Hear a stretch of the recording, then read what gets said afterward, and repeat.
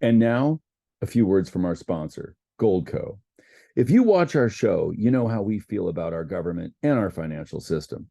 So it's no secret we are believers in diversifying your money with precious metals like gold and silver. But when it comes to buying precious metals, you need the right company in your corner.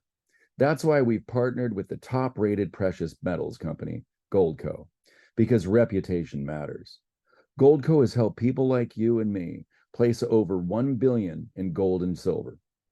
For those with retirement accounts, they're offering TruthStream supporters up to $10,000 in free silver when opening a qualified IRA account. This is your opportunity to protect yourself from our out-of-control, corrupt government. Visit truthstreamgold.com today. The link's below. Welcome to TruthStream, and we are very, very honored to be here with Dr. Jan Halper Hayes, and we are going to refer to her as Dr. Jan. This is our 200th show, and she's bringing something that personally I've needed, because it's been a lot of confusion at times navigating this world for the last couple of years. Scott, anything you want to say to having this amazing, beautiful woman on our show? Oh, I'm just thrilled. I'm so excited. And as it happens, it is our 200th show, which was actually quite coincidental, but I think, right. I think very happily so. Welcome. Welcome. Yeah, I'm very happy to be with you guys. Well, maybe we can start at the beginning. How did you come to be where you are now? I mean, you do a lot of interviews, in the mainstream media and so on, and you say some things that are rather courageous and poignant and a bit controversial. How did we get here?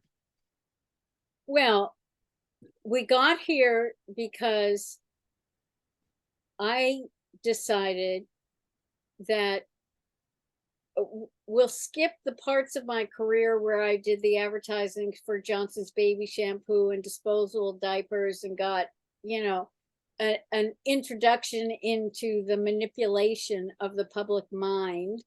But it stayed with me and has really helped. But I have always been motivated by how can I make a difference? And my father almost died when I was about 20, and I went into therapy because I hadn't dealt with that. I mean, my grandparents had died when I was younger, but nothing that close to me. And I am talking to the therapist, and she says to me, "You're a natural born shrink." I ran out of her office, and she chased me down West 4th Street in front of, or West 12th Street or whatever it was in New York, in front of the New School for Social Research. I've been goal-oriented all my life. I'm like 21, but I've been goal-oriented all my life. Leave me alone.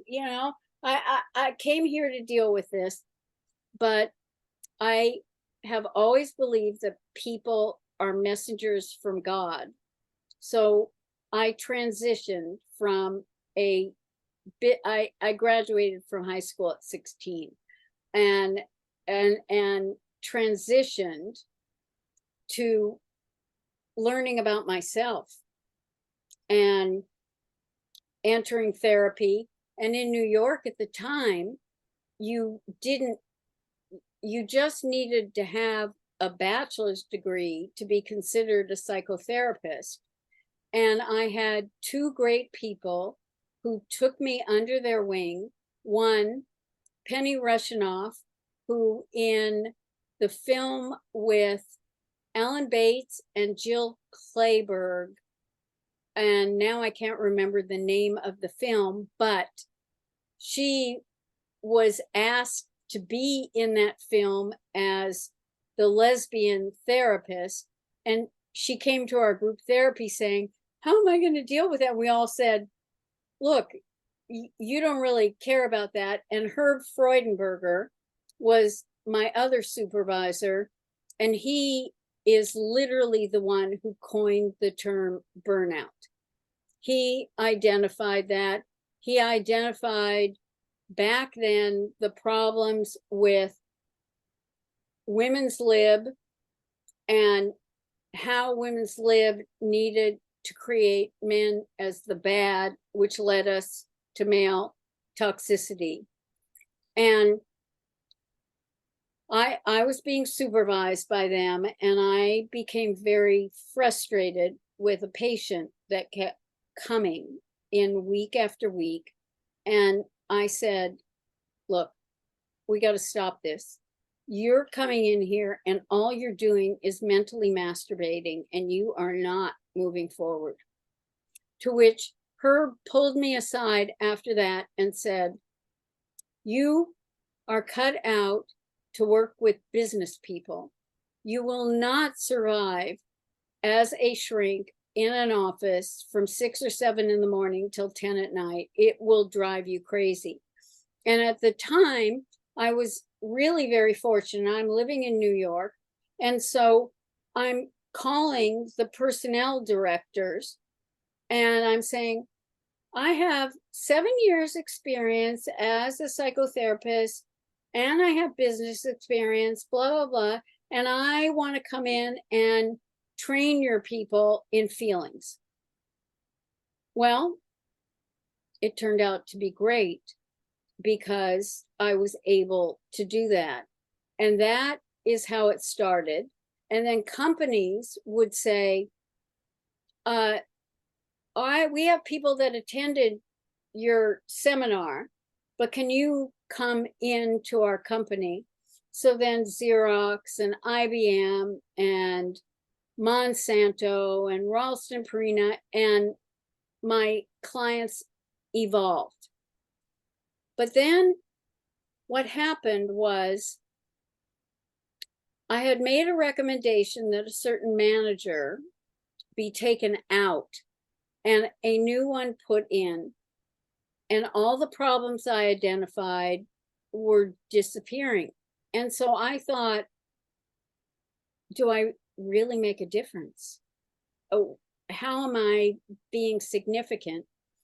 And so I was working on my PhD. I was very fortunate to have Warren Bennis, who's known as the leadership expert, and Carl Rogers as the 2 chairs of my dissertation and my mentors. And I asked I asked over 50 men if they wanted free counseling for a year, and 43 said yes.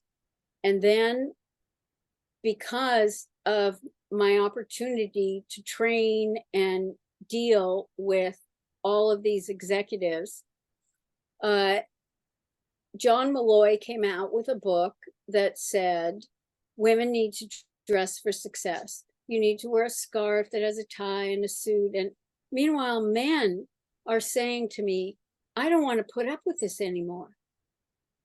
So what about the gold watch? This is not what I was cut out for. And so I ended up interviewing over 4,100, well, not over, exactly 4,126 men, and then put everything together.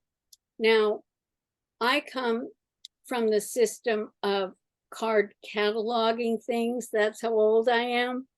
And so everything was that way. But then I got a computer and I started putting everything on to try to bring it together. I was fortunate enough that I could do my orals from the statistics side. And because of Warren and Carl, my dissertation was printed and out as a mainstream book that became a bestseller and's been in lots of other languages. Quiet Desperation, The Truth About Successful Men. Gloria Allred, that lawyer that defends every Me Too, every whatever, she considers me a man's liber. I will take that on with great pride. I think woman's lib was created. That was fine to give us strength and independence. And I was one of those women that entered the business world and was told, you just put up with it. you know, you're going to get comments you don't like, whatever. Okay, fine. But within that, it gave me a strength to understand what they were telling me, but what was wrong with the whole corporate world. So I continued. I ended up selling my consulting firm to Tom Peters of In Search in Excellence fame, and was asked to set up a consulting arm for his company.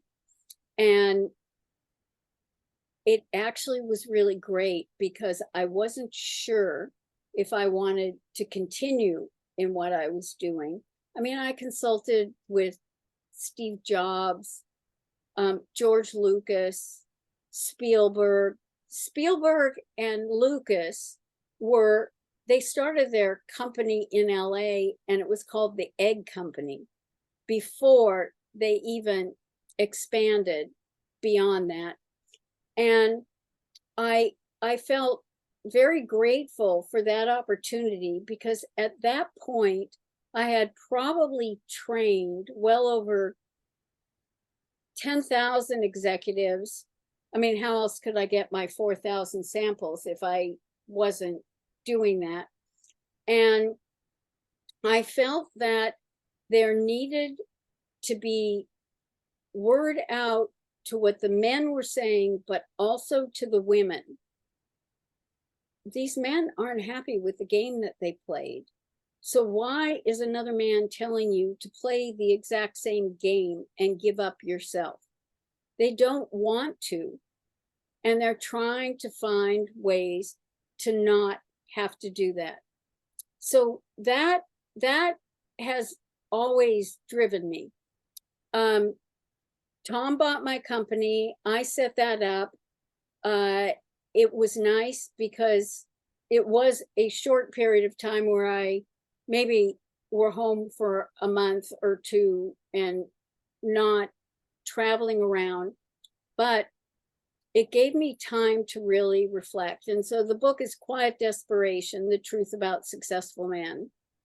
And if you don't mind, I'll just give you the three major conflicts. One is the obligation to responsibility versus the desire for freedom. If I didn't have a family to take care of, I'd fry hamburgers all day, I'd sail around, I'd work all the time, whatever. Right. The second was the difference between trusting your gut reaction versus having to be logical, rational, and objective.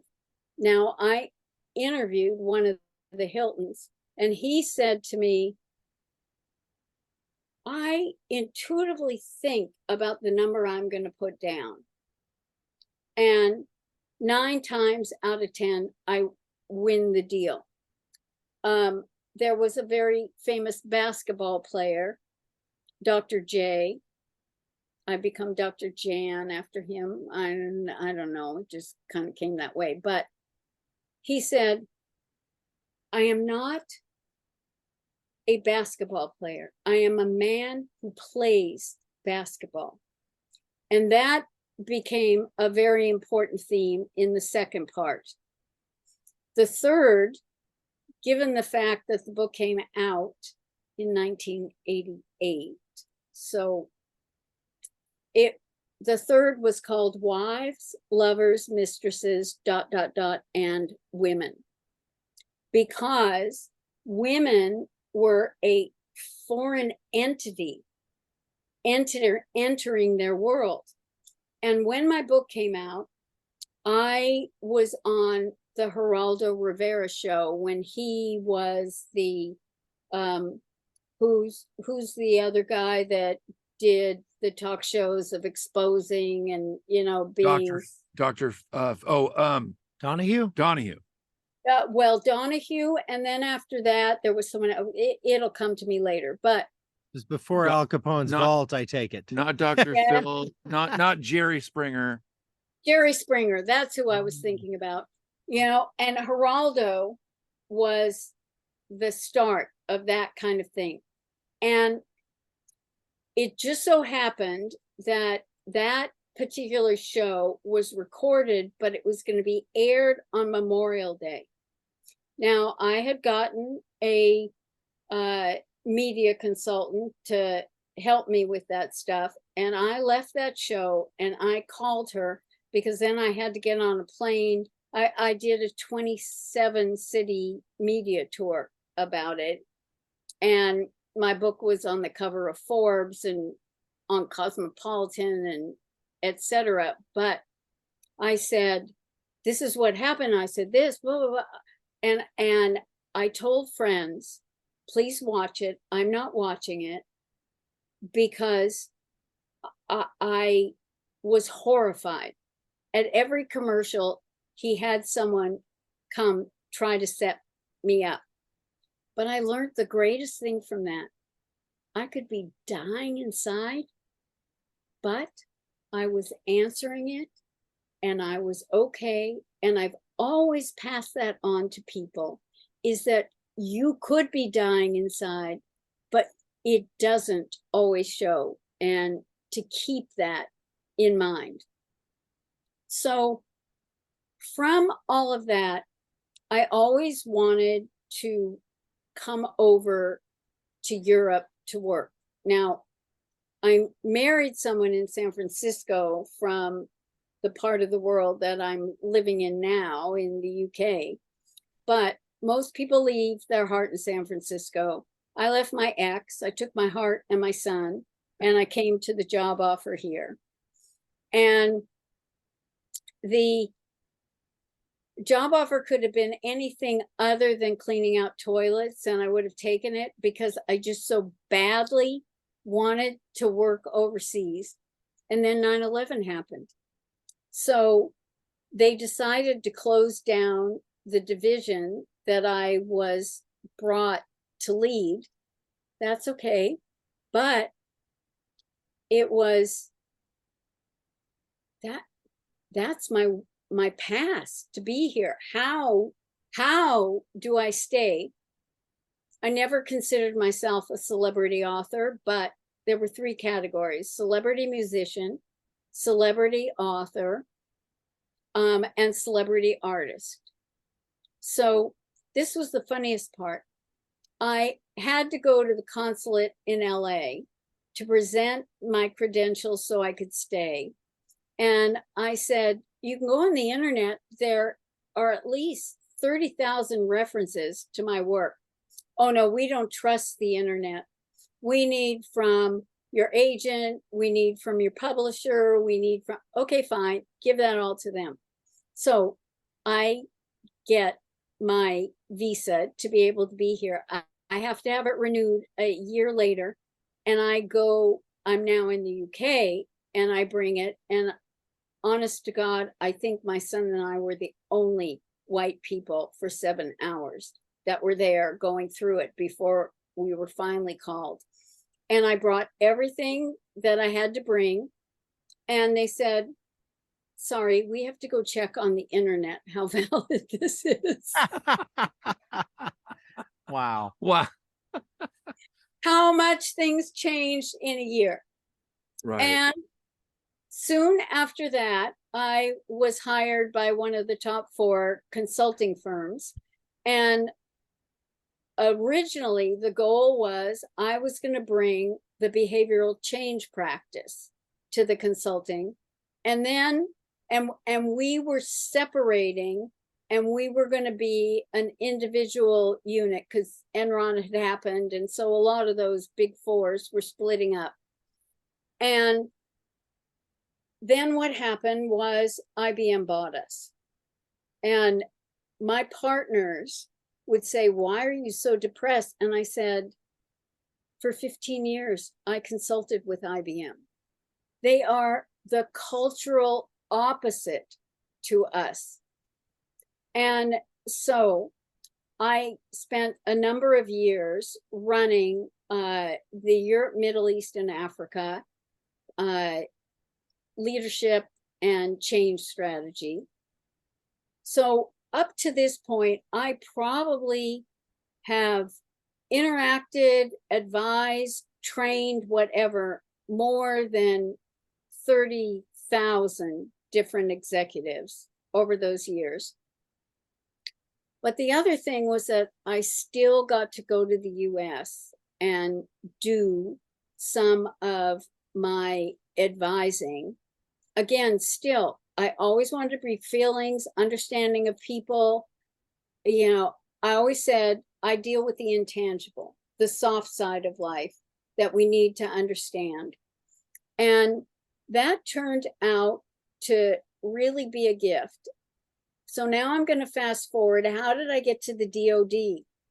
Well, I kind of raised quite a few managers into leaders, into executives, you know, and one of them was in a position and called me up and said, given your specialty in mergers and acquisitions, understanding how to bring cultures together, understanding how to see what the obstacles are, what the resistance is, what the sabotage is, would you come work on our task force to give us a sense and monitor the temperature, monitor where people are at, understand what's underneath their excitement, their frustration, their resistance?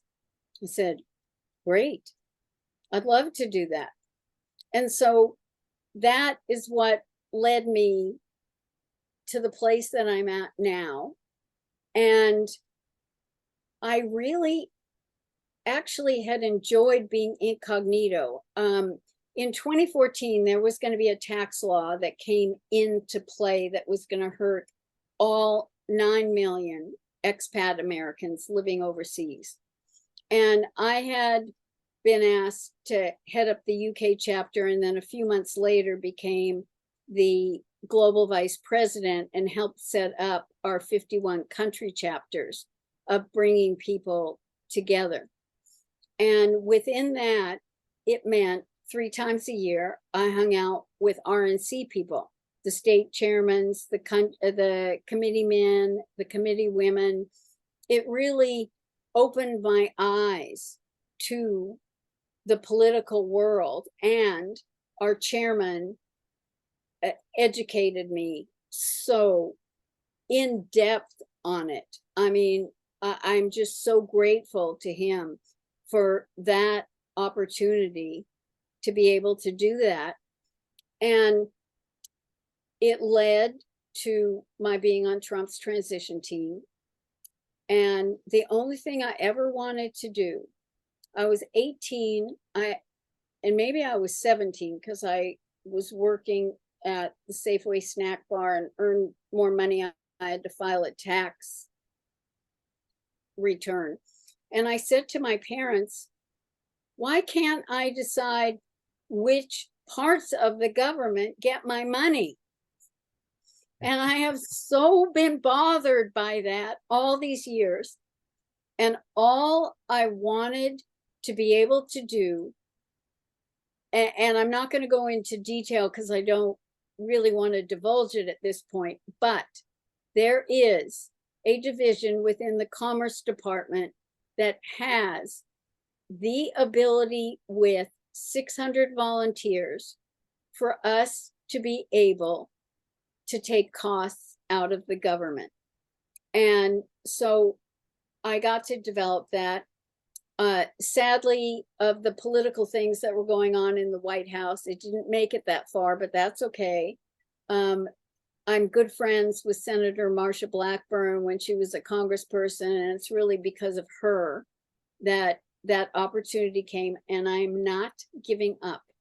I am going to be able to get that implemented, to be able to take 15 to 20% of the cost out of the government, if not more. So that's how it's all come together. And I went back in 2017. I got accepted to Stanford's Summer Institute for Political Psychology because I felt I understand leadership, I understand organizations, I understand change, but I really need that other side. And needless to say, not only was I the oldest of 32, I was the only conservative of 32.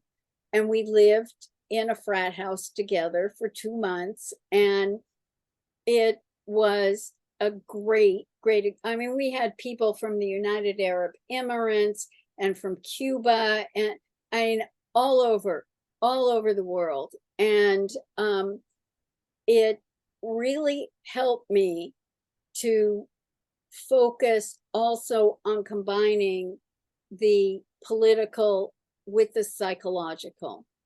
And that's how I got here today.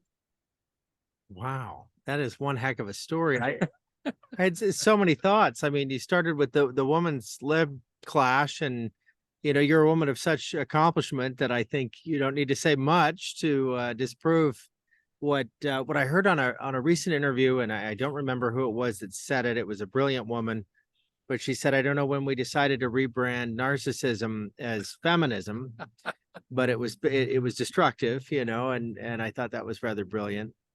But and the piece about intuition, being at the core of your teaching and whatnot, that's brilliant. The comment from the Hilton fellow with the intuition.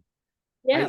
I had a production company. We'd go into bidding situations, or we were closing clients, and I would just intuitively find a number every time, and it would work. And my partner was like, "How do you do that?" And I didn't know. Well, and if I may say, it was because you knew how to listen to yourself, and to the point that I have been very appreciative, aside from the fact totally overwhelmed that I had been in the media for 8 years and suddenly one went viral. But I really, really want to encourage people to know that the hope that they say I gave them, all I did was put a stamp on what you already knew. And so I really want people to trust their intuition, to trust their physical reactions. And the metaphor that I use is, it's like a car. The car is solid. Our intuition, our physical reaction to things, it's solid. The driver gets in the car and the driver has to make decisions. We have to listen to our rational thought, but sometimes Satan gets in there. Sometimes negativity gets in there. And we have to really be on top of that to not doubt ourselves. And the more that we trust ourselves, the more comfortable that we'll be. We had talked in the pre-interview a little bit about how just as of late, within the last 4 or 5 days or so, there almost seemed to be some sort of force acting on us and on others. I've been observing this quite a bit. Joe's been feeling it I've firsthand. been feeling it very substantially the last couple of days. We try, and that really does relate to self-doubt. I mean, we're in. Everyone's talking about the possibility of World War III, and I would argue that we've probably been in World War III for some time now. But what would you have to say about that? Because folks could definitely use some hope. Well, definitely. I too have had those thoughts coming through. So we don't know who's putting that energy out, but I think people also need to understand that we're not just an energy unto ourselves. We pick up things that are much, much bigger than us. And we don't know if it's Satan who's trying to make us discredit ourselves, or to give us a wobbly or whatever. But the fact is that sometimes when we are challenging ourselves and questioning ourselves, it becomes a very important thing at that time, because it brings us back to exactly what we knew, but we want to make sure that we individually are heading on that right path. And so to accept that and question ourselves and give those challenges to ourselves, because we don't need the challenges coming from anyone externally. If we're picking that up, then we need to ask ourselves, is it because I expected to see different signs and more hope and more change than has happened? Is it because I just am feeling like it's just not moving the way it should be moving? And that was also one of my, I called it my coming to Jesus moment, because when I started listening to people with the podcasts giving information, I sat there. In fact, for the inauguration on January 20th, 2021, I was on BBC for more than an hour.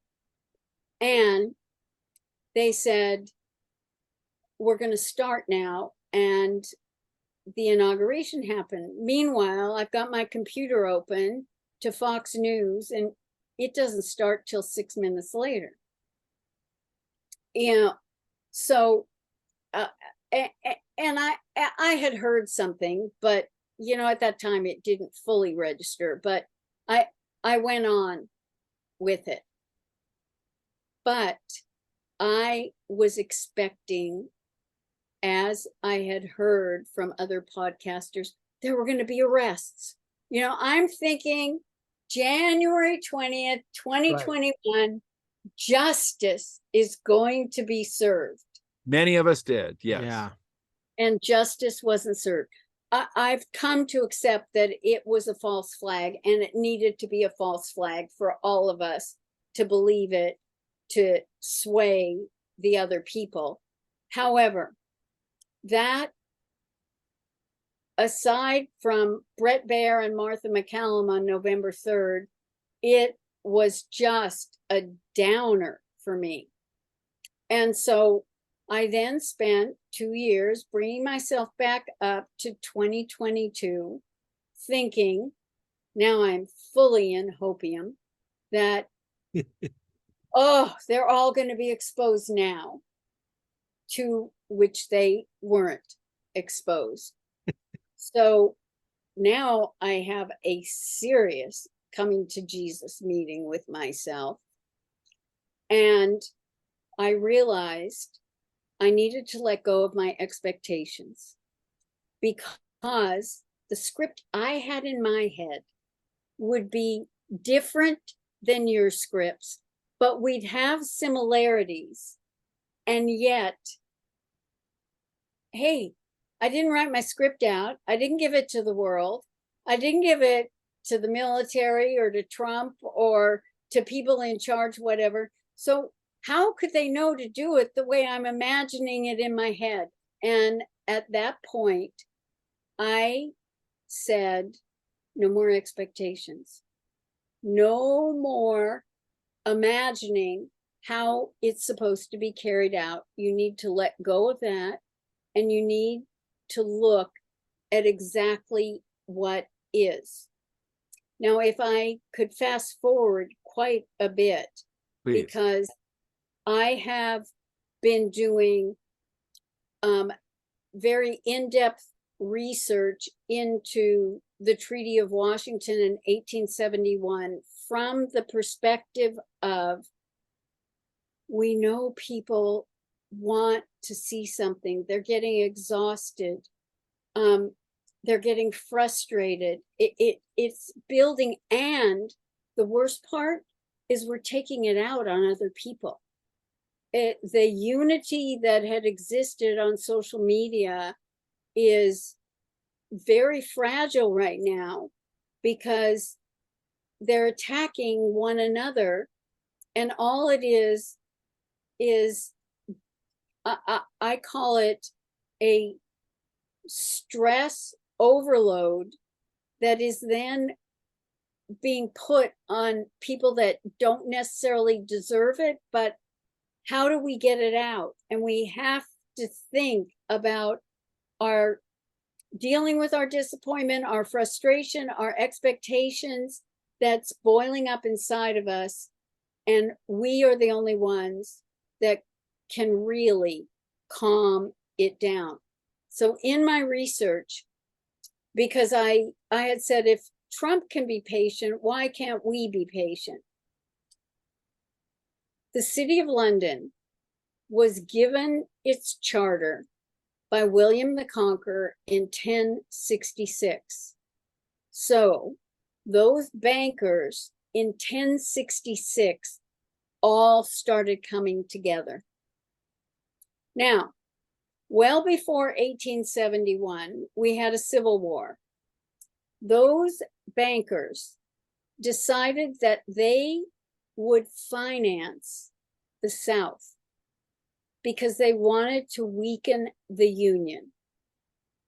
Again, fast forward, they weakened the Union, and the Union needed money, and the Union had to borrow from the City of London. The Brits said that they were neutral, but they really weren't. And then the Treaty of Washington, 1871, came into play. So we've now gone 1066, we've gone the Dutch bankers, we've gone Prussia and Frederick the Great coming. We've got all of those manipulating to get us basically controlled by finances. But what people have missed in that is that because the 14th Amendment allowed us to negotiate with Britain for reparations for what had happened in the Civil War, but Britain never had to say we were not neutral. We actually sided with the money people. We became under international law, as did every other country. That's what the Treaty of Washington, 1871, we lost our sovereignty. And that is what controlled us. Now, that's 1871. When you look at all the other things these money people did to weaken us, to support the wrong side, not so they could get rich, because if the US bonds were going down in value as they were weakening the Union, they were all buying it up. And then everything changed. And so then the bonds became worth more and those guys got rich. But where were we? No sovereignty. People were as broke as can be. And that is where they drove us to. So we talked a little earlier about Ukraine and Russia didn't exactly work out for that world war. And I don't have any top secret information or anything. All I have is my initial response based on how they have manipulated things in the past. And the fact is, we need to know who is funding Hamas, who gave them the map of how to go ahead and totally render Israel impotent on that. But it's not as simple as just Hamas and Israel. There are players behind it. And that is what we really have to watch for. I couldn't agree more. You know, I mean, how did Egypt warn, 10 days in advance of this conflict when, you know, Israel's known for having the best defense system, right? What do they say? A grain of rice couldn't fly into their airspace without them knowing, and they could react within 90 seconds with their Air Force, but that didn't happen, did it? Well, and there's also Egypt said something a year before and it was ignored. So I recently have watched this Netflix documentary, Human Factor, and it is the mediators who were there handling everything for the Oslo Agreement, then the Oslo II Agreement.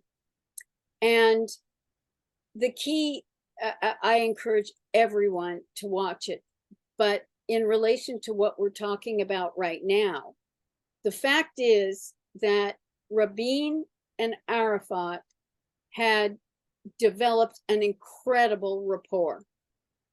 And we were going to have peace in the Middle East. And then Rabin is assassinated. And who comes in? But we then end up with Netanyahu. There, Bill Clinton had brought Netanyahu, Arafat, and the King of Jordan to the US to discuss this. The King of Jordan, according to Dennis Ross, who was one of the 5 different mediators, he said, because he was there as well, he said that the King of Jordan turned to Netanyahu and basically told him he was a smartass. He was not ready to be a leader. He needed to back off. But you've got Rabin, and we were so close to peace, and then you've got Netanyahu in there. Then you have Barak in there, who thinks he knows better and will not listen to the mediators. And I have to ask the question, who was behind them to continually encourage them all of these years to make sure there was no peace in the Middle East, and that they need a war to get wealthier than they already are? I mean, how much money does anyone really need? You know, how much power does anyone really need? But for me, as a leadership expert, to watch how Barak handled it, how Netanyahu handled it, how Shimon Peres handled it, and compare them to Rabin and the relationship that he developed with Arafat. At the very end of the negotiation, there was one more issue, and Dennis Ross had to bring Arafat and Rabin separate from Clinton and the other people in that meeting. And he said, the one sticking point is, are the Palestinians going to have a police station at the bridge of Hebron? Arafat said, whatever Rabin wants. Rabin said, if the Palestinians want that, they can have it. Now, that is so opposite from everything that has been reported to us about the conflict going on. And Netanyahu keeps getting reelected. So the next question I have to ask, who is behind him to make sure there's no peace in the Middle East? That's the question, isn't it? Yeah. It is. It is. And we're going to have to keep on looking at it and searching. But at least what we need to know is that we don't hold out any hope for peace, because we don't have peacemakers in there. Well, we had one. He was rather successful, but it was kind of short-lived. But, you know, I have to say, as part of this dynamic, it would seem that, you know, when everyone went to a fiat currency and, you know, we went off the gold standard, no sound money, it was much easier to control. But anybody that came up with the idea of gold backing their currency was promptly defeated. You know, that was never the stated reason for the conflict, but that was a continuing theme over time. It seems like that plays in quite a bit when we talk about these folks, seeking wealth. I don't think it's wealth. I think it's power and control in an extreme sense. We're watching the emergence of this, hybrid slavery, and that morphs from, over time. If you don't have sound money, what have you got?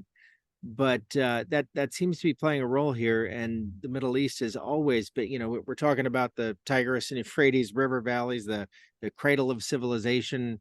What better place for, the beginning of the end to be staged?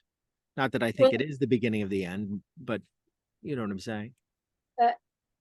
So you're absolutely right. It's about power, but power then leads to the coffers. And money is what controls. So, but if we're talking about behavior, if we're talking about action, that is exactly it. They want power over everyone. And when you think that it is 1 square mile in the city of London, and that from 1066, all of the different moneyed people set up their companies there, they are the ones that have been controlling things. It was Paul Warburg, who actually in 1913 created that Federal Reserve and took us off that gold standard, because the more there was fiat currency, the more they could get us in debt and control us. So there's your point to power. That's exactly it. They get wealthier, we get poorer, we're indebted to them. And so now, to take a step back, what I would say to people who are feeling frustrated, I've been waiting 3 years, I've been waiting 2 years, I've been awake 5 years, I've been awake it doesn't matter. What you need to understand is that these people have been slowly chipping away at our soul, at our lives for centuries. And so that's why I say, if Trump can be patient, knowing what he knows, we have to get back to being patient and not having a deadline or having expectations that we need signs that it's going to release us from the tension that builds up because we want to see something. We will see it. I've never understood the phrase more than I do now. Let go and let God. We really, truly have to let go, because it's not going to happen in our time. We know things happen in God's time. But if we're constantly having these expectations and these demands for signs, it's not been that many years in comparison to these awful, evil people who have brought us to this specific place in time. So, well, yeah, and I think that the tough part is for those of us that in one respect or another, it took Scott and I a couple of years to do this show. There's times I frankly do want to step away at times, not permanently, but to just take a break and work on other things, whether it be art or something, something different. Because sometimes this isn't necessarily a choice. This is a calling, as Scott and I have talked about. But I have a friend who watches our show, and he's very familiar with you. And I told him what we're doing tonight. His name's Dennis. And I haven't known him long, a few years. But his mom is now getting towards the very end of her life. And he's had to not be her caretaker and put her into hospice. And some of us, we're waiting on the med beds. We're waiting on either XRP or silver or gold to go up. And we're in this fight, and we're being very patient. And it's not so much about ourselves, but I think about, my mom who lost my dad a few years back. And I think of Dennis and his mom, and maybe it's our soul contracts or, what have you. But it just feels like some of these people we've said, hey, hang in there a little bit longer because these amazing things are coming, these amazing modalities. And I guess maybe we're not all meant to see that, but it's a little heartbreaking when we see our 70, 80-year-old moms out there and we don't want to fill them full of hopium, but it feels like it's right around the corner, but then it's the dangling carrot. Like, what do we say to those people that know something's good coming, but now we're going on, 4 years, and it's getting tough because we want the best for them, not even necessarily for ourselves. I mean, do you have anything to say on that topic? I do. And I think 4 years is a drop in the bucket. And yes, believe me, I would love to get into a med bed. I'd love to be 25 or 30 or whatever, physically, all of that would be great. But I think that part of it is exactly as you said, Joe, that carrot dangling. And the carrot dangling is a way to manipulate us. So we have to say we are much stronger than that.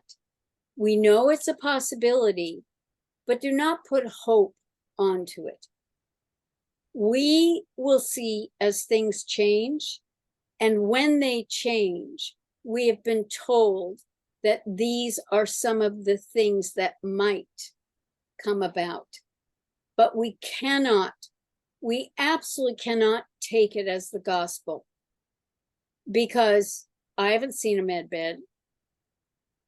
If the med beds are there, why hasn't a whistleblower brought a med bed out and put a person in it and showed us this incredible rejuvenation from someone that can't walk and is old and comes out looking so vibrant?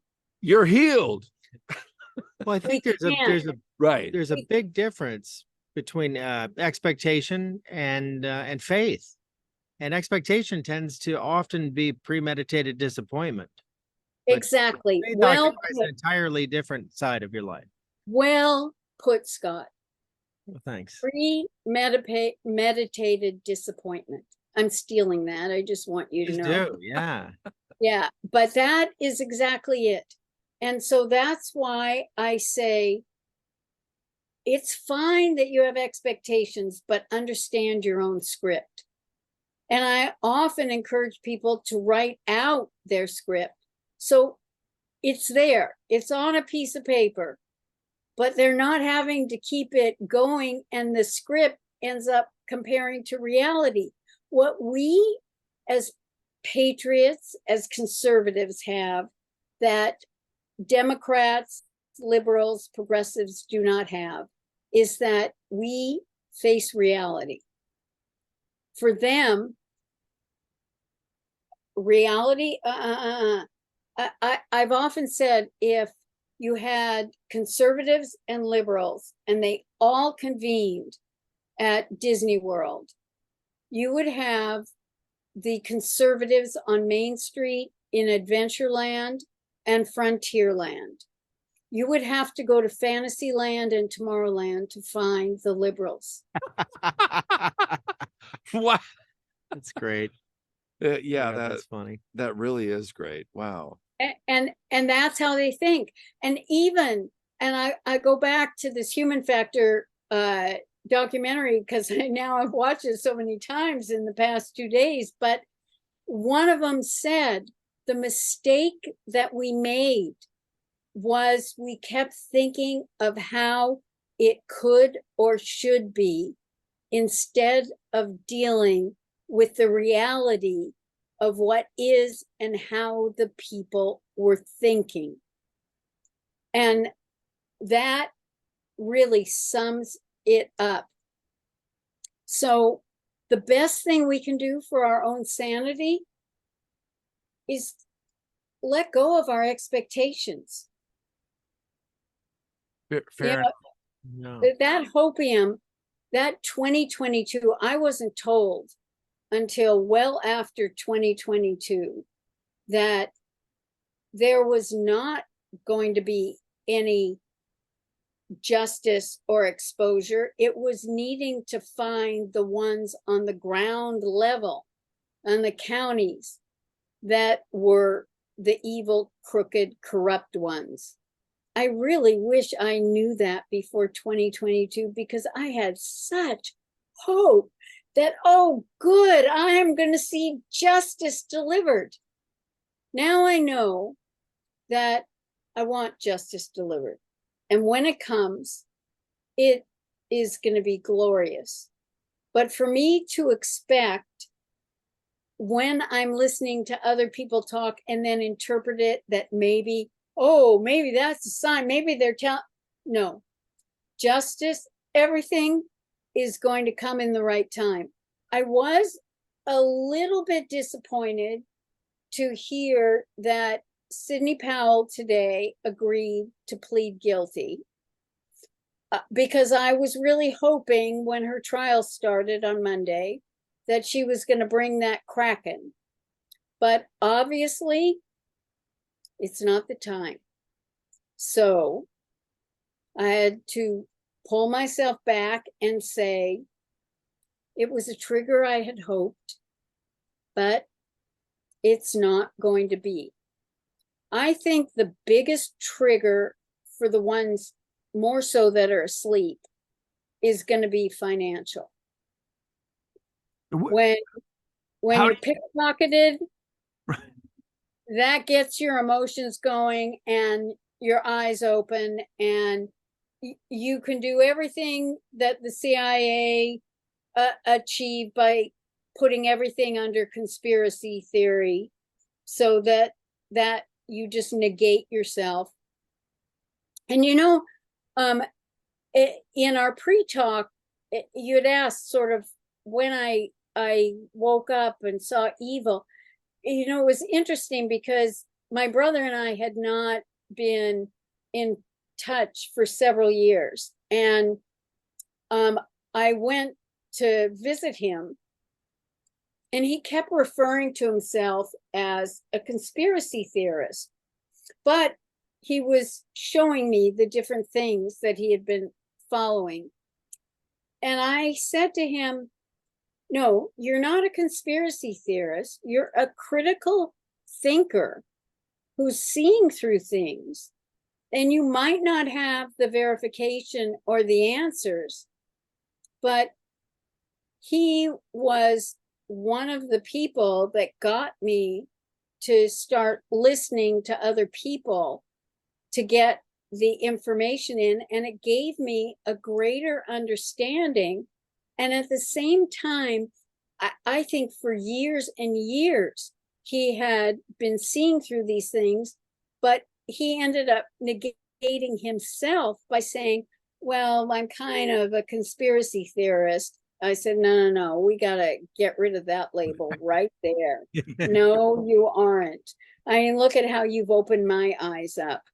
Yeah, you're seeing things. And Ed Dowd, who had been tracking the deaths related to the vaccine, he said something to Tucker, which was, I see the invisible before other people see it.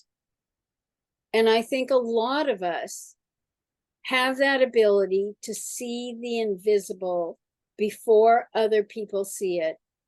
But we've also been told to bite our tongue and not necessarily share that.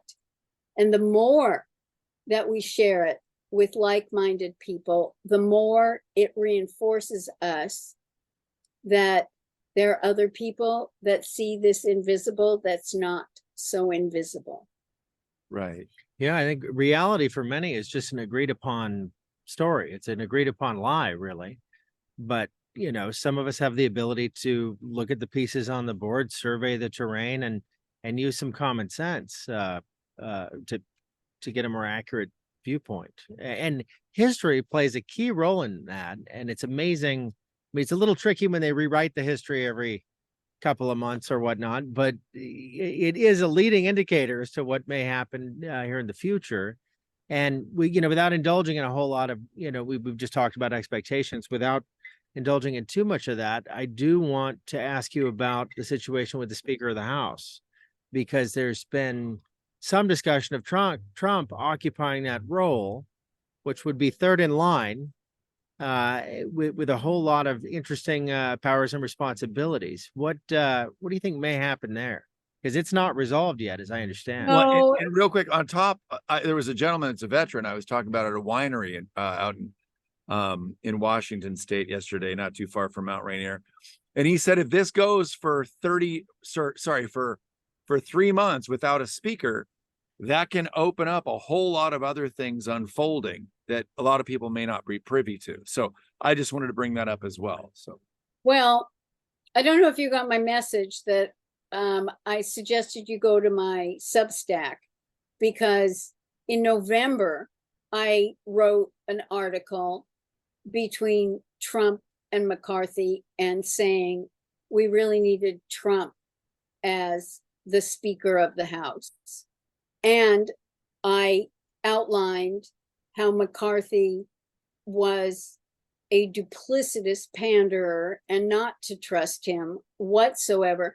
I mean, the last time we had a lockdown when Trump was president, McCarthy and McConnell got together to insert a statement in there that the border wall would be built at the discretion of each of the local towns where Trump wanted it built.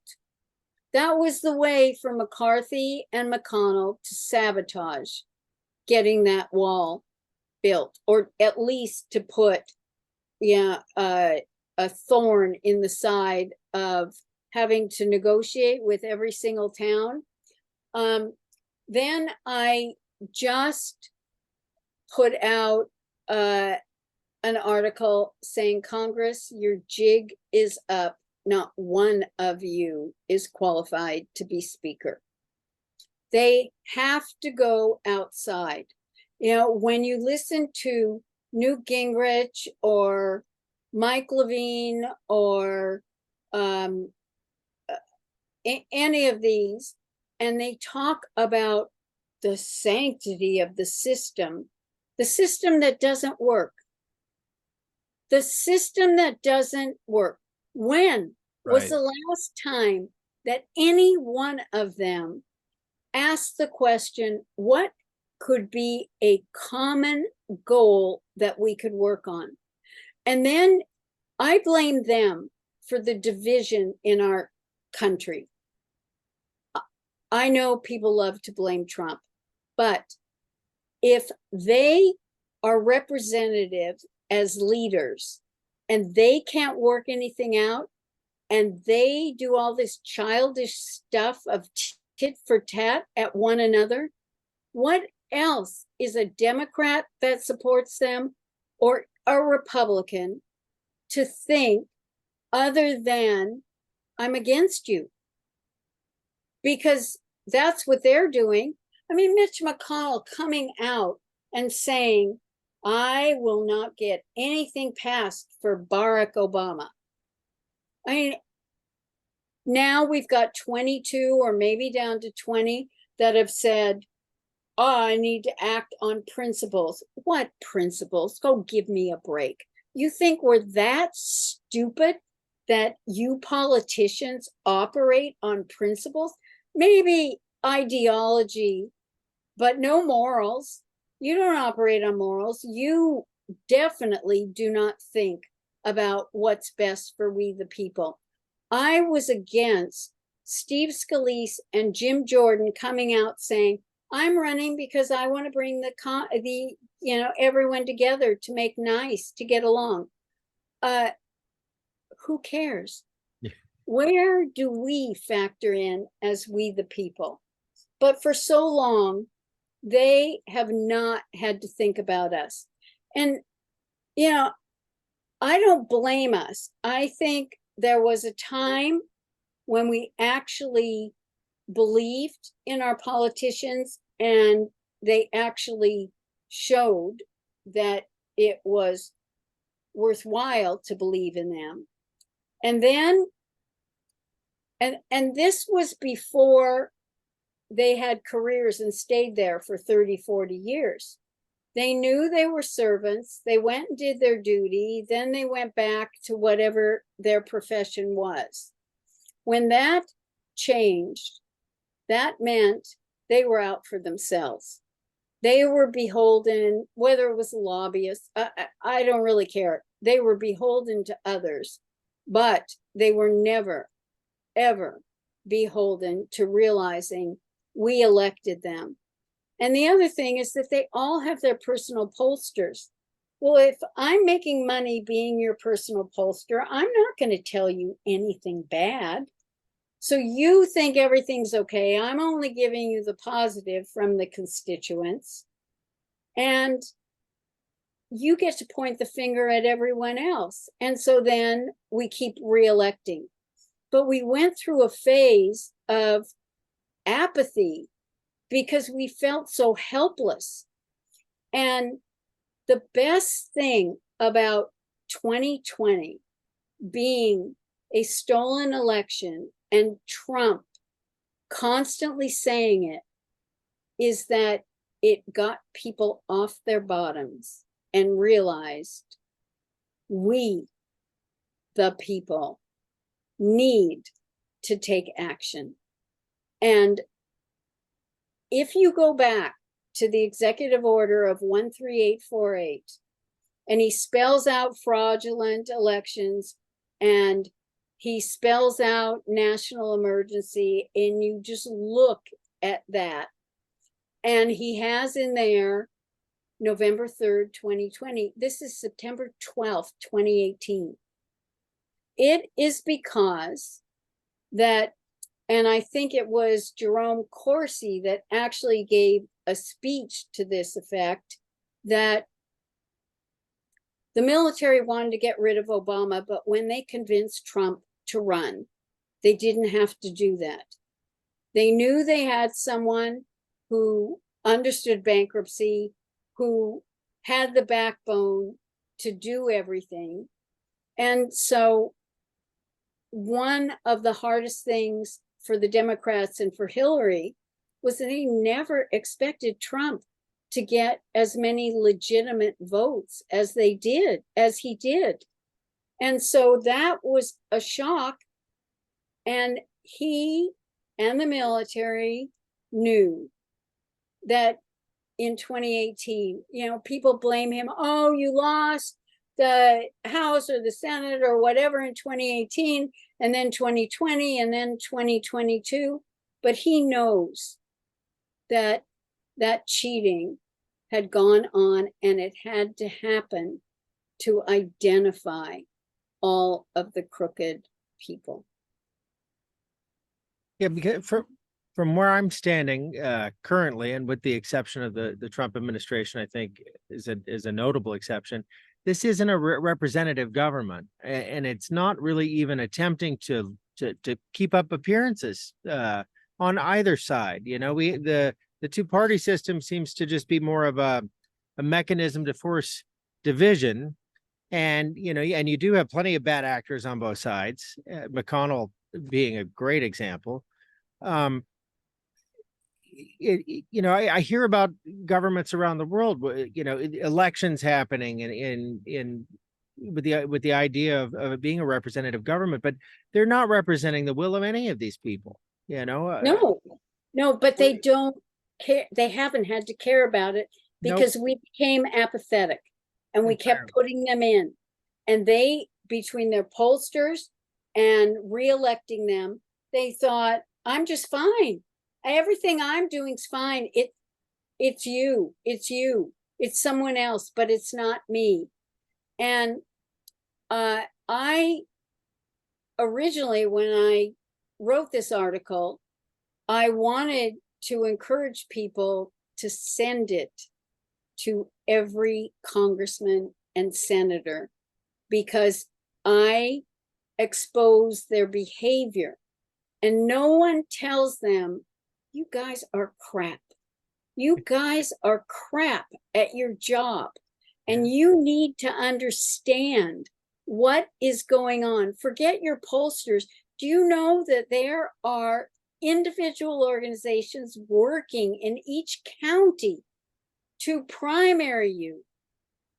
You are going to have a dose of reality, but we don't have the time for you to have that dose of reality in 2024. We need you to get your act together now. And we have got to go after them and tell them what a horrible job they've been doing, because they're only concerned about themselves. But in light of what you were talking about with 1871, you know, if this is indeed a corporation rather than a government, this whole thing is a sham, so to speak. You know, what needs to take place to turn that around? And Okay. how close are we to that kind of thing? I mean, I know that's a hard question to answer, but it seems like a lot of the necessary components have kind of been met or touched on. Great question. Well, we're not a sham. The fact is that Trump let the Pope and the Queen and the City of London know we're not playing your game anymore. What has happened as a result of that is they're drawing straws. They're desperate. And the best thing is to look at how they are constantly screwing up and losing. They lost with the Ukraine and Russia. They've lost in so many ways. I mean, I lived in San Francisco, and at that point, the Republicans and the Democrats had come together. I worked with Nancy Pelosi to bring the 1984 convention to San Francisco, because we understood the benefits to the businesses, to the economy of San Francisco, etc. And who she was then is not who she became at all. I literally, when Sarah Burton died, I worked on her first congressional campaign. And I really thought, given her background, her father, her time in being in the world of politics, and when she started out, and Dianne Feinstein as well, she used to be a conservative Democrat. She carried a gun in her handbag. You know, we're like, who are you people today? But so I don't think any of this can be looked at as a sham. I think what we need to realize is that unless people experience it, they're not going to believe us. And well, just like Dave from the X22 report says, you know, sometimes you can't show people or tell people, you have to show them. And so in regards to the, you know, the Nancy Pelosi and a lot of these actors that we're seeing, you know, I'm sure you've heard some of these theories, and I do want to tell the audience, when I reached out to you through Twitter and you said yes to this interview, I actually didn't know you were familiar with our show. So first of all, that's very cool and validating, because sometimes we're, you know, I just want to let whoever's watching this know we're very shadow banned. We're people are removed from our Rumble channels. Our YouTube channel is very suppressed. It's very challenging. Sometimes it's hard, and this is what I've been dealing with the last couple of days. Are we in an echo chamber? Are the same 5,000 people watching our show? Because you know we're doing this, and the reason Scott and I decided to do this is because we want to do this for the everyman. We don't want to do this for ads and for money and for sponsors and all that. And we have a little bit of that, but you know we're struggling like anyone else to do this. And part of my challenge the last couple of days is this takes a lot of work. It takes an emotional toll. I start questioning things like, we're 200 interviews in, and do we really know more than some of the people? And so, thank you for being on our show, but I want to also say, we look at clones and doubles and all these other things. Like, what is your insight on that? Who are we really watching? Are we watching Biden? Which we don't think so. There's so many components of this that to the layman is so outlandish and so far-fetched, but to then to those that have been following this, yeah, we understand we may not be looking at Elon Musk or Joe Biden or Anthony Fauci, that some of these people have been called out so that we can see maybe someone that is portraying them look like an absolute buffoon like Joe Biden. Well, the chin thing that happened recently on the airplane. It's like this double. We had the crinkly neck thing first, but then we Yeah, had the chin thing, and of course the earlobes don't match. Yeah, let's delve a little deeper into this, shall we? Go, please. Let me ask it this way. Does it matter if it's James Woods or Jim Carrey or whomever with, the mask on? Does it really matter? For me, it doesn't, because whomever is there is bringing home how bad it would be if they continued there and we did not get Trump back. Or I can't imagine anyone other than Trump, so I don't have another name. But it really doesn't matter, because what matters is for us to see how screwed up it is, to see the people that support him. I love Rob Reiner.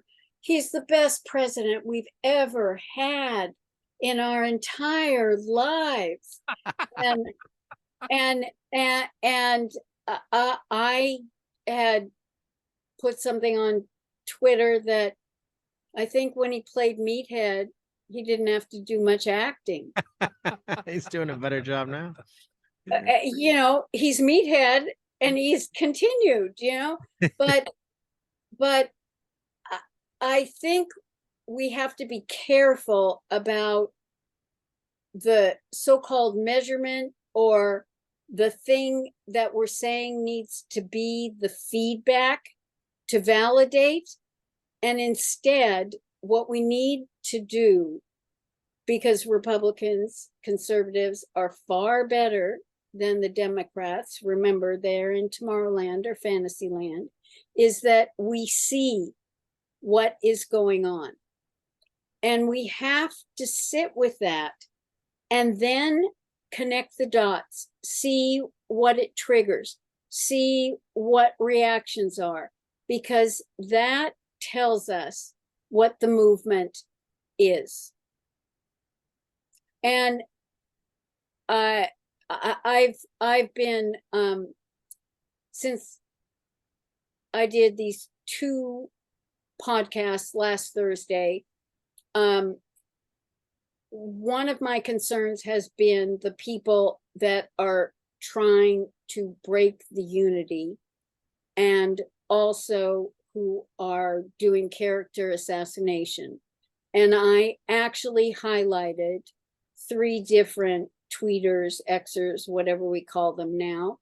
And they've had fun going after me, trying to expose me. I did send one a thank you note, because I never in 8 years have watched my interviews, but they put them all together. So I thank them for doing that. They did the editing for you. Oh, they just kept highlighting, even when I was on radio and there was a video with the radio, whatever. But,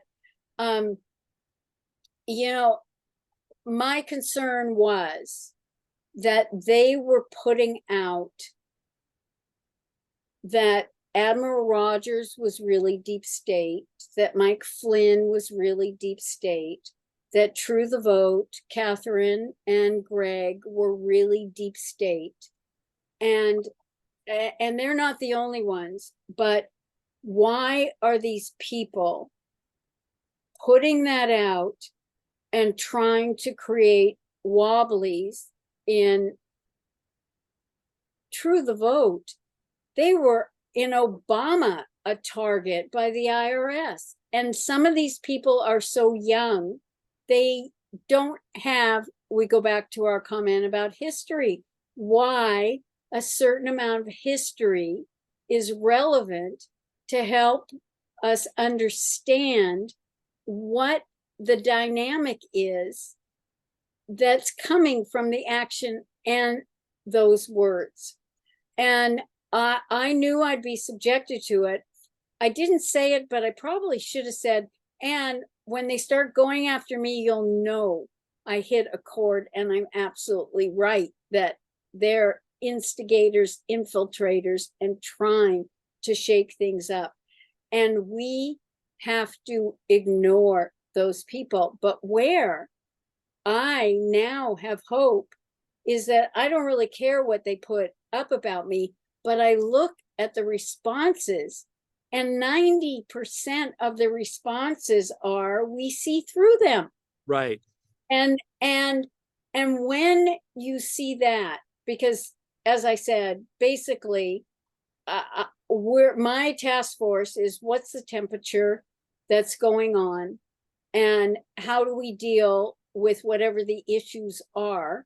Because most importantly, this is a spiritual war, and we are concerned about unity, and we need to keep people together. So how do we deal with those that are working against us? And I don't think we have that much work, because more and more people are awake.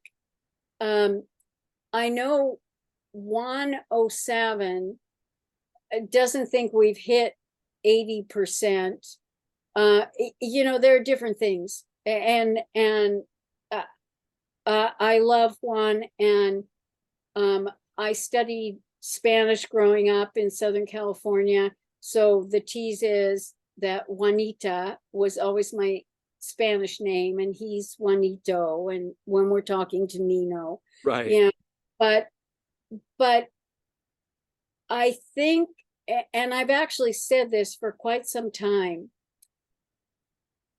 I think there's now a concern because there is a level of awareness that is up there pretty high with the people that not only we need to be aware, but more that are coming on board. They might not be as far as the farthest that has seen through everything, but even if we've been lied to, and I'm not going to put up with it anymore, that is the perfect start, because then they're skeptical and they question things. But I also think that fear of the possible civil war, until we get rid of the moneyed people like Soros and the NGOs that fund these activists, we're not going to see the kind of actions that we hope and we would like to see. We still, I go back, if it went 1066, if it went our Civil War before 1871, and these guys had the patience to just keep on chipping away 4 or 5 years for us, or since 2016, that's nothing. That's nothing. And so we have to hang in there, and we have to realize that all of this negativity that's coming out is a good thing from our perspective. And the more it jolts the other people, then they'll eventually move on. I personally think between Democrats, Republicans, and independents, we've got about 2/3 that are awake. Oh yeah, and the support for Trump is off the hook. I mean, these indictments have done wonders. it's kind of hilarious. A lot of the groups that have just been, a gimme, taking granted of the idea that these people don't have agency. They're part of a group that's always going to vote a certain way. Terribly insulting.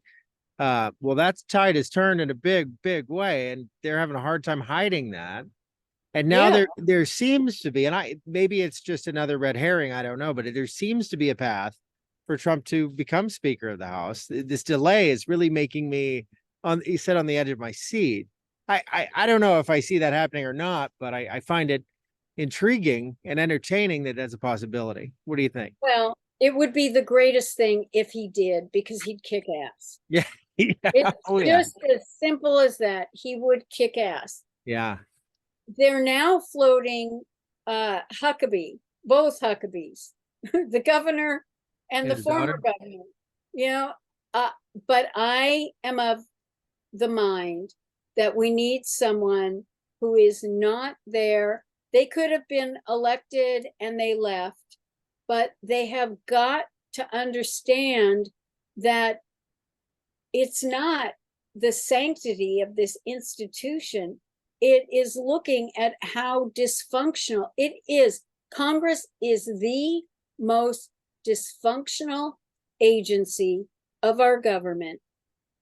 They don't face it, and they have like a 9% approval rating. But again, that's just Congress overall, but it's not me. My constituents are happy with me. No, we need to let them know that they have totally screwed this up. And let me go back to the ones that are holding to principles.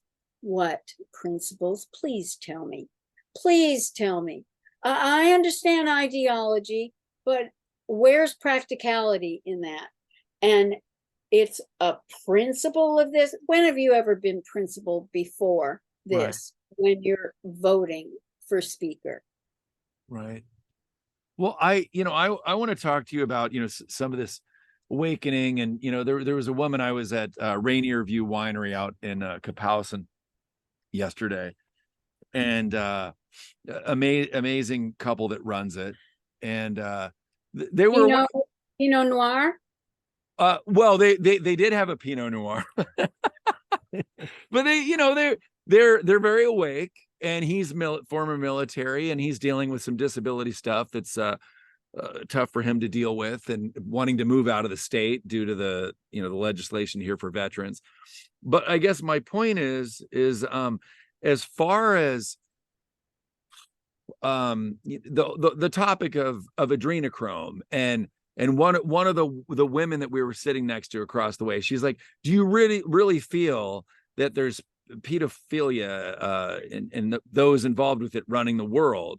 And I said, well, yeah, and let me tell you what. And of course it was, oh my gosh, you're one of them.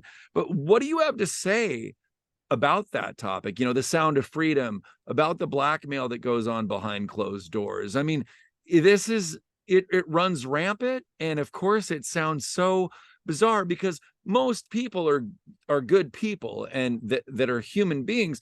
We want to go out of our way to protect children. So it's astonishing to believe that there is a very large number of people that are trafficking children, doing god-awful things to children, harming children, you name it. Can you give a bit of insight into this topic that is very controversial and hard to fathom? People need to know this. Well, and you got to mention the Epstein boomerang, because there's a slew of evidence there. Please. No, I just meant to add to what you were saying. Because that's why we started the show. Is a big reason was what's going on with children. We can't stand for that, and that's why we're doing this primarily. But anything you have to say on that subject would be really appreciated.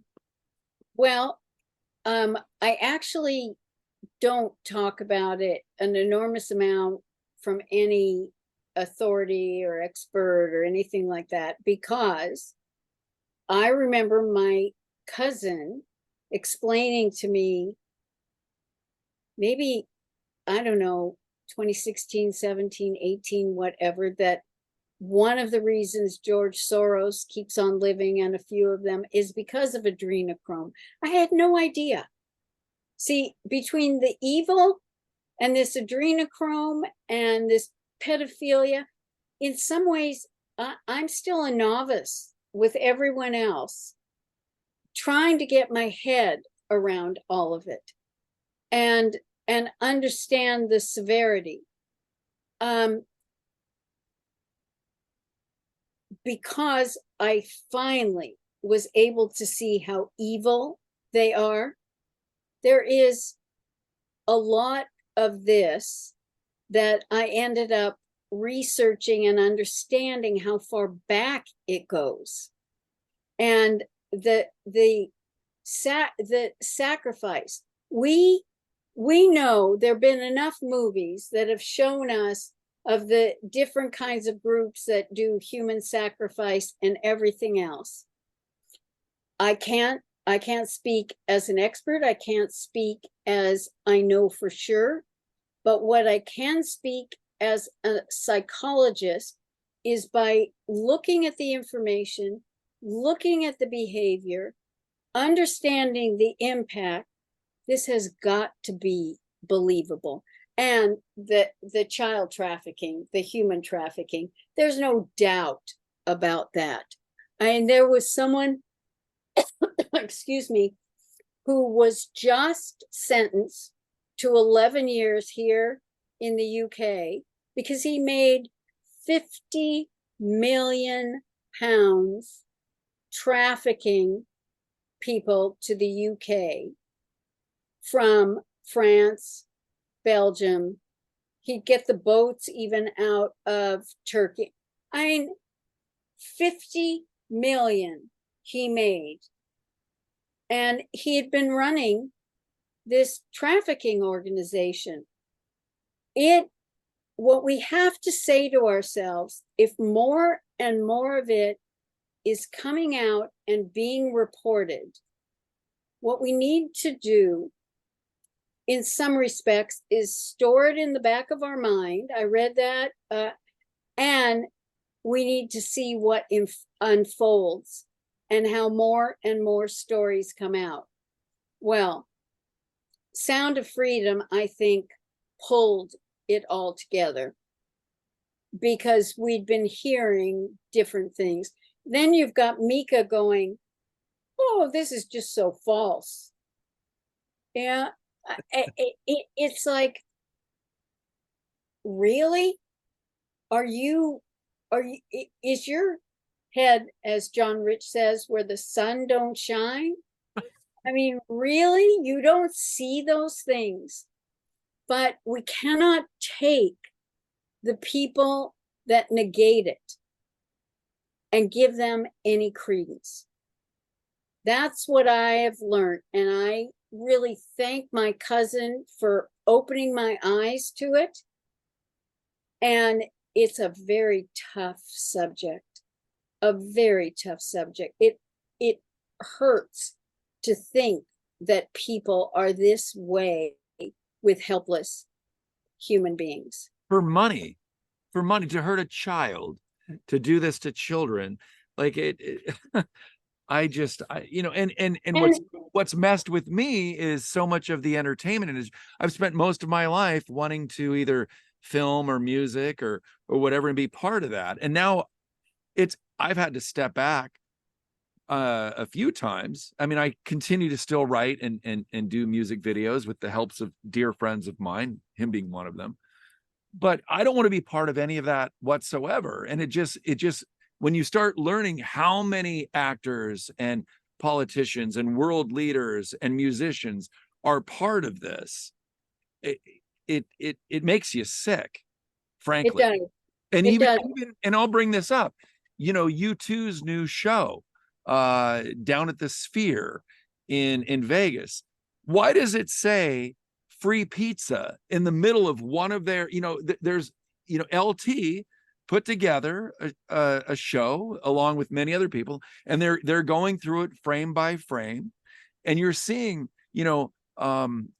everything you believe is a lie, free pizza. There's all these things in this show that that if you slow it down and you step outside of the mind control, you wonder why is this, why of all of the time and effort that they put into a show of this caliber, that they're bringing this shit up, that they're saying these phrases. That's not by accident. There's a lot of thought, energy, money, and meticulous, they go through this meticulously. It's not by accident. So you have to look at that stuff and realize that there is an intention to it. Well, if I could just You add, know, the if sorry, Scott, oh, do quite all right. you know the first person that was starting to expose the lyrics and those things in music? It was Tipper Gore. Yeah, I know. Isn't that crazy? Wow. What a shock. Tipper Wow. Gore. Oh, yeah. She led an organization. I can't remember the name of it. That was Al's wife, right? Yeah. Yes. Presumably. Yeah. Presumably.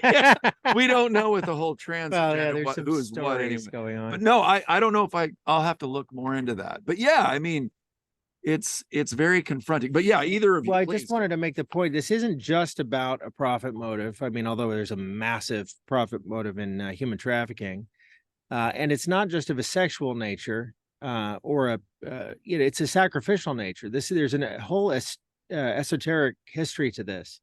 And not too long ago, sacrificing children was a great way to get better crops or prosperity or whatnot. The Mayans used to roll their heads down the pyramids, and beheadings were a pretty popular Like thing Apocalypto. for quite a long time. Yes. You can't forget this history, and a lot of people still associate themselves, of course, under the cover of darkness, with these religions that are far older than any of the Abrahamic traditions. They're far older than the religions that we tend to be familiar with. And that history remains pretty obscured, but don't think that it's just for the profit or just for, the sexual aspect of it. It's so much more. And it's been with us in human history for a very long time. And it's not just the children. Nope. It's the human trafficking Yes.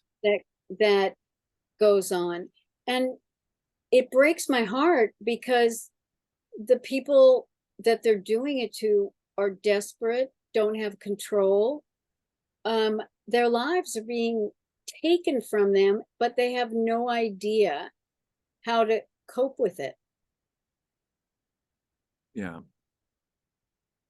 Yeah, it's a lot. Well, what else do we, there's just so much to talk about. It's like we've just covered a heavy subject. Right. So we could all take a deep breath Take a deep because breath. it pulls at our heartstrings and gives our mind a chance to figure out if we want to move on. I just looked at my watch. I'm still okay. It's 3 minutes to 2. Yes. We'll see when my brain, because it slowly starts shutting down at 2. Absolutely. But I can keep going. I'm enjoying it to no end with you guys. Well, wonderful. I assure you we're enjoying it more. But Oh no, I'm enjoying it more. I get to benefit from this. to break from the heavy topic, though, we've gone back and forth a lot about whether or not there's going to be an election in 2024. I still maintain that I don't think we can afford to go that far into this, that there won't be, although that's still a year away. As I know, another year. Can you imagine?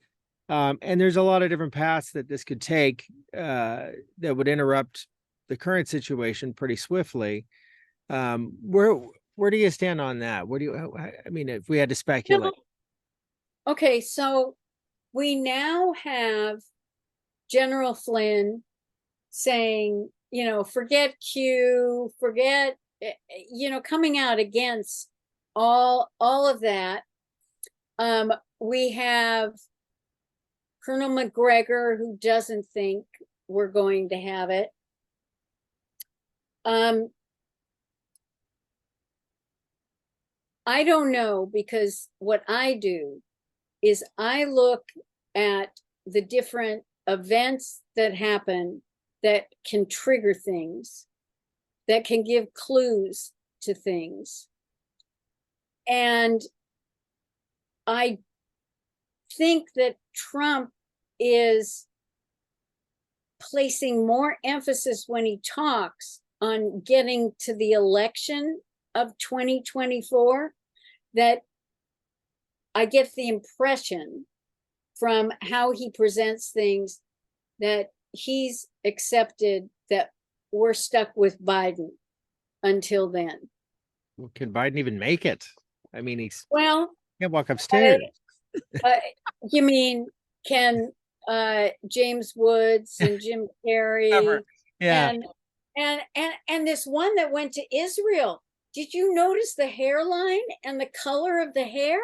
It's just not, I mean, blonde hair and suddenly such receding that it's only coming from right here.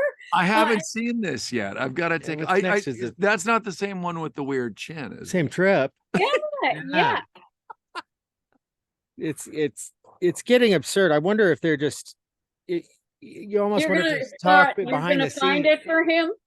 But no, the idea that there's talk behind the scenes of like, well, they can't believe that they people still can't get this. Let's go a little crazier. Right. Let's make the face melt and then let's put the mask on halfway. I mean, I don't know. It's just nuts. Well, I wanted to ask this. So, you know, I watch a lot of And We Know, you know, LT. What are some of the shows? Thank you for stating that ours is one that you go. What do you like to watch? Where do you get some of your intel other than the many, you know, behind the scenes intel that you have, aside from what might be public and what people can watch on Rumble, etc.? What do you go to? I like David Nino Rodriguez for several reasons. One, I think he's very good at asking questions and thinking about the answers and moving on. But one of the main reasons that I love him is that child in us of, Juanito, when is it going to happen? When are we going to know something? When, you know, we all feel that. So kind of vicariously, I just am glad that he always says it, because it kind of gives me a little bit relief. The first one I went to, and it was because someone in the UK who invited me to their LinkedIn group and heard a lot, because I do a lot of radio and TV over here. He steered me to And We Know. So that was my first.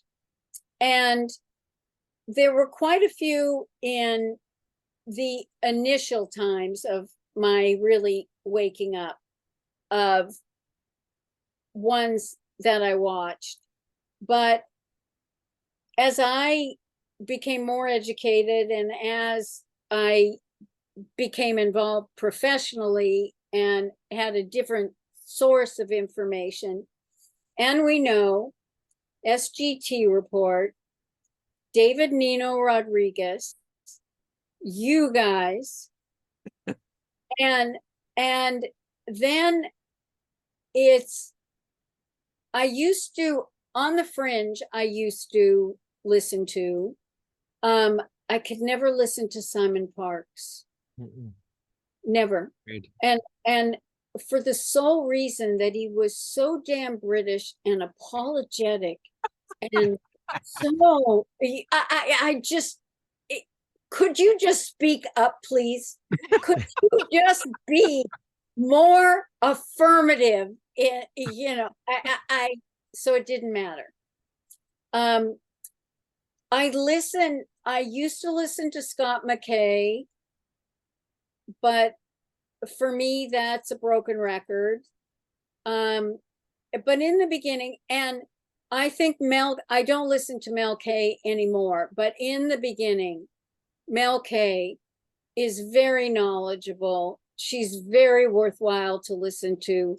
Get her newsletter because she reads everything. She really is, go back to her original ones because she will really educate you about the Bilderberg Group, the United Nations, the different players.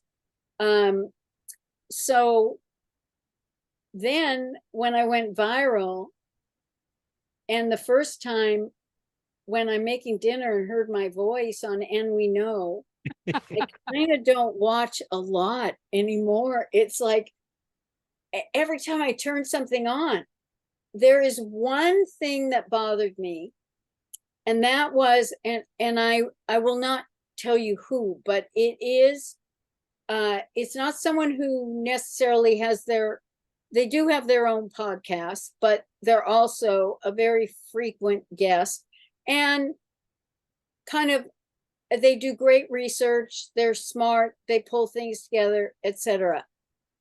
But what happened was this particular person was on a podcast, and what came up, so let's talk about Dr. Jan Halper Hayes. What do you think?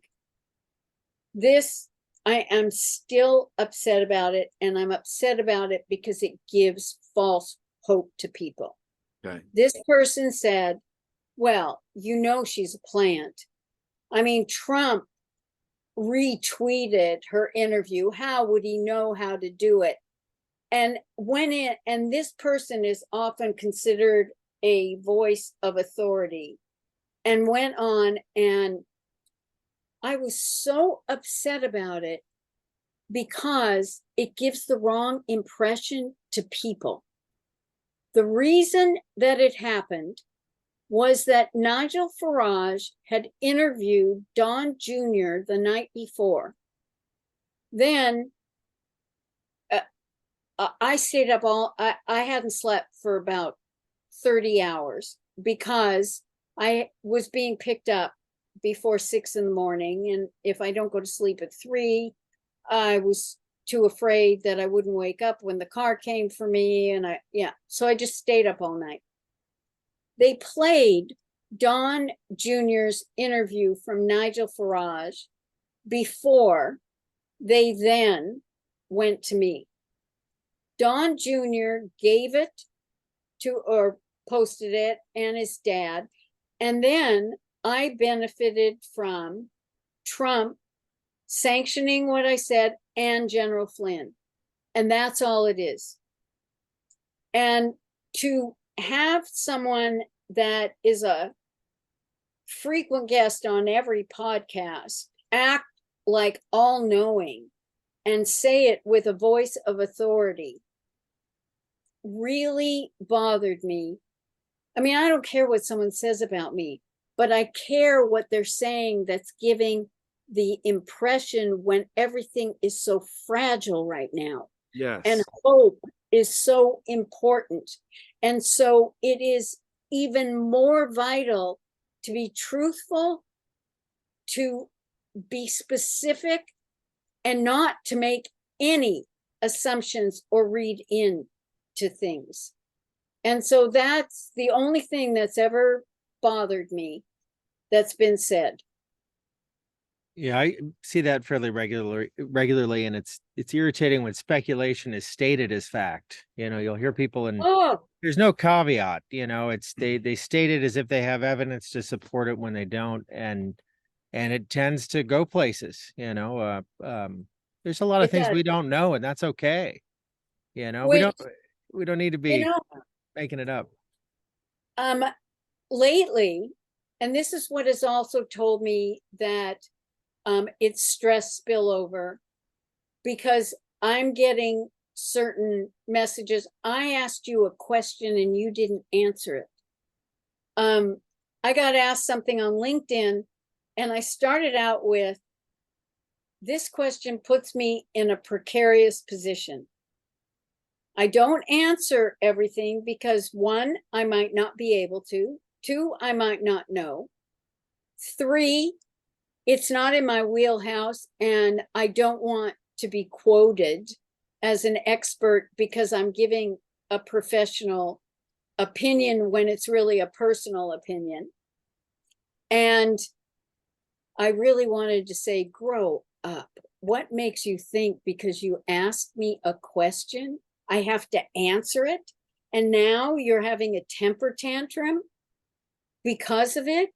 Even when I said it's not in my wheelhouse, but because I didn't answer, but for me, that is a sign of people saying, please, I need information.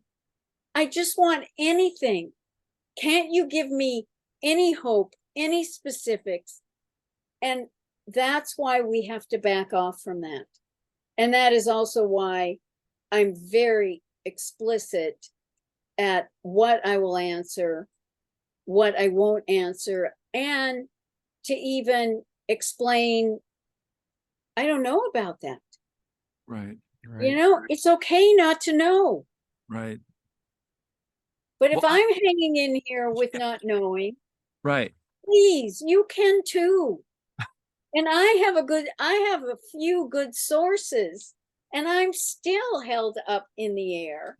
Yeah, right. No, that says a lot. And I want you to move a little bit to your left so people can see the sign behind you. Oh, And I want you to let the people know, we talked about this in the, so as far as the swamp, my question before our interview was the swamp much deeper, wider, more murky than the white hats, whatever you want to call them, anticipated in the beginning? And that's why this has taken so damn long. Can you please talk to that topic before we finish? okay. So how about if we change that, Joe, Please. to it's not taking so damn long. Okay. Because when you think about the evil, manipulative corruptors, they've been at it for more decades and centuries. Thank you for clarifying. So true. And they have, and if we frame it that way, I thought DeSantis said the stupidest thing, which was Trump said he was going to drain the swamp and he didn't. That shows he has no idea Right. of how deep that swamp is. And the swamp is people. The swamp are policies. The swamp are practices. The swamp are laws that were passed that hurt us and don't help us. So it's chipping away. You've got to get certain people out because they're the ones that keep some of those things going for the swamp. But this think of it like this huge onion, and you get the tough skin off, and then you got all that slime.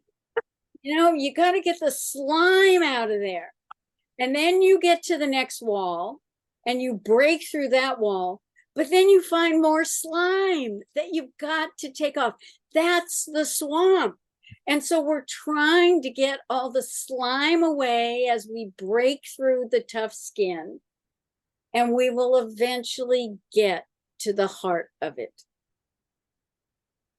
Well, that was very well said. It's probably a good place to to wrap up. But do you have any final thoughts? Or I mean, there's always going to be stones left I have unturned. had a blast with you guys. Oh, you know, there are some podcasters that you can just feel you're having. It doesn't matter that there's a screen there or you're in Seattle and I'm in London, but that you connect because you can talk and you flow off of one another. And so I really want to thank you for that.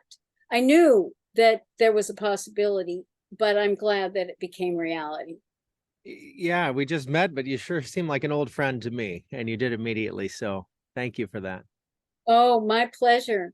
I told you things in the pre-interview that I would. Hopefully you'll come back for next show. Maybe we'll get to those in 2024. Blackmail. He's now going to be like the corrupt people. He's going to blackmail me on that.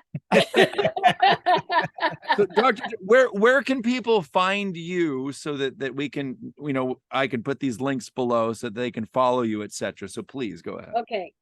On X, I'm Biz, B-I-Z for anyone that is not American, Z, _shrink, Biz _shrink. I am Real Dr. Jan on Truth.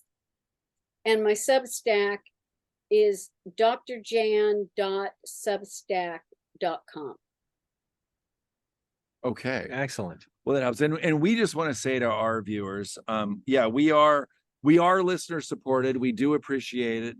You know, we've tried, you know, we do different sponsors, etc. But we're really doing this from the heart, and it's such an amazing thing to have you on it through serendipity as our 200th guest. And if people do want to support us, you know, we do have a Patreon, we do have a Stripe link below, and we have a bunch of great